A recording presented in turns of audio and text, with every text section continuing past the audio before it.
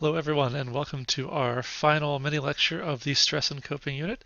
Today we're going to be talking about coping and control. I'm going to start off by talking through a really cool little experiment that really illustrates how important it is to have perceived control in a situation. We talked last time about how problem-focused coping is beneficial in that it increases your sense of perceived control. So in this experiment, we're going to talk about we have rats in one of three conditions: the executive, subordinate, and control rats. So all of these rats are placed into a similar situation where they're hooked up to a system capable of delivering shocks. Now, the control rat is just there for comparison purposes, and it never receives any shocks of any kind. However, for the other two, the executive and the subordinate rats, during the first phase of the experiment, they're put into this chamber, and they are given these mild shocks that are uncomfortable and stress them out.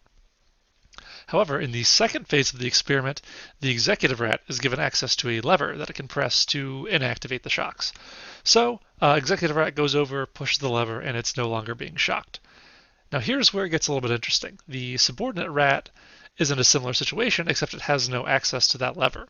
What neither of these rats knows is that when the executive rat turns off shocks for itself, it also turns off shocks for the subordinate rat. So both rats are in a situation where they were being shocked before and now they're not being shocked.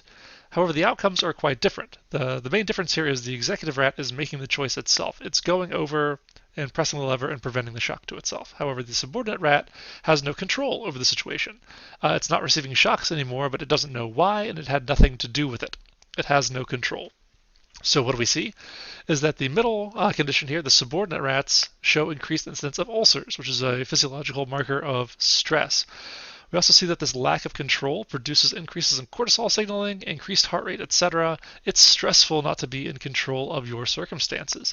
So even if that stressor is being removed, these rats are no longer being shocked because they don't have control over the situation. It's just not the same. Those executive rats are feeling fine. They've stopped the shocks and they know why, but the subordinate rats still experience the stress of that uncertainty. Sort of in a similar vein to this is the concept of learned helplessness. This is the idea that after repeated series of uncontrollable events where you cannot change the outcome, you're more likely to give up easily in future situations. This can lead to a lot of negative things, including negative health outcomes. So, a good thing to do is to try to find a job or a situation for your daily life where you're able to exert more control, find ways to exert more control over things that you can influence. And that might mean finding or seeking out a position that allows you to do that. An example of this might be if you have some older relatives, for example, who aren't very good with computers. They have this sort of sense of learned helplessness. They have a problem, they can't fix it, they become frustrated, and they might go to you, the young family member who knows how computers work, to help them. And what do? You probably just type the problem into Google, look at a couple of things. Maybe it doesn't work right away, but you're able to figure it out. It's not that you're some tech wizard, it's just that you don't have learned helplessness. You think that you can fix the problem, you troubleshoot it a little bit, and you're able to figure things out. And suddenly you're the hero of the day for knowing to reset the router when the internet goes out. But yeah, just sort of reiterate, learned helplessness is this idea where you have some uncontrollable bad events. You can't fix what the problem is. With our tech example, maybe things go out a couple of times and you can't find the problem, so now you think you can never solve any problem. You have this perceived lack of control. You can't do anything. So now you have a generalized helpless behavior. Well, I couldn't fix the computer before. Why would I be able to fix it now? I know, I'll just call up my grandson. He knows how these computers work. He can help me out. So sort of in line with this as well is the concept of an internal versus an external locus of control. Are you the master of your own destiny, or are you at the mercy of fate? That just seems like kind of an arbitrary thing, but it's actually rather important. We know that those who have an external locus of control, so there are these two sorts of types of control. Those with the external locus of control believe that their fate is sort of up to an outside force. Chance or destiny or whatever controls their fate. They don't have much control over what's happening to them. Whereas those with an internal locus of control believe that they are in control of their own destiny. They're able to determine what's happening with them. They're responsible for their own behaviors, etc. And this might sound a little bit familiar with some of the concepts we've talked about in this unit. Having perceived control tends to be a good thing for most people. And believing that you're in charge of your own circumstances and making attributions in line with that can help you frame problems in a better way, come up with constructive solutions, and have better outcomes. In fact, those who have an internal locus of control tend to have better performance at school, better health, and all sorts of good outcomes. So just a note here very briefly about religious involvement in health. We know that religious people tend to be in better health, and you might wonder why. One leading theory with this is that the impact of religiosity on health may be more indirect than direct. It's not because of your faith that you are doing better, but because of the things that you've practiced to do with religion that influence that. So health may improve because of that lifestyle and emotional factors that are associated with religious involvement, but not the faith per se.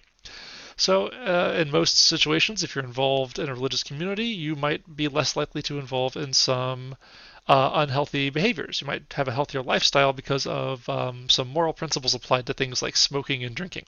You might avoid those sort of things because you think it's morally wrong. Likewise, a big part of religious communities is the community. You have social support. Faith communities, marriages, things like this can provide a social network, which is really, really important for good coping strategies.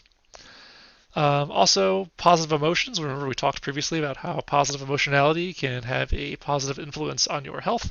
Positive emotions, hope, optimism, etc., can be derived from religious involvement. So, all these things coming together produce better health. So, you see things like less immune suppression, fewer stress hormones, greater longevity, in those people who are more religious. This doesn't mean that you need to go out and find a religion if you are a religious. You can maybe gain many of the same benefits from engaging in these behaviors from a different perspective. There are lots of reasons to stay away from unhealthy things or to become married or to have a social network. It's just that being religious tends to facilitate these things.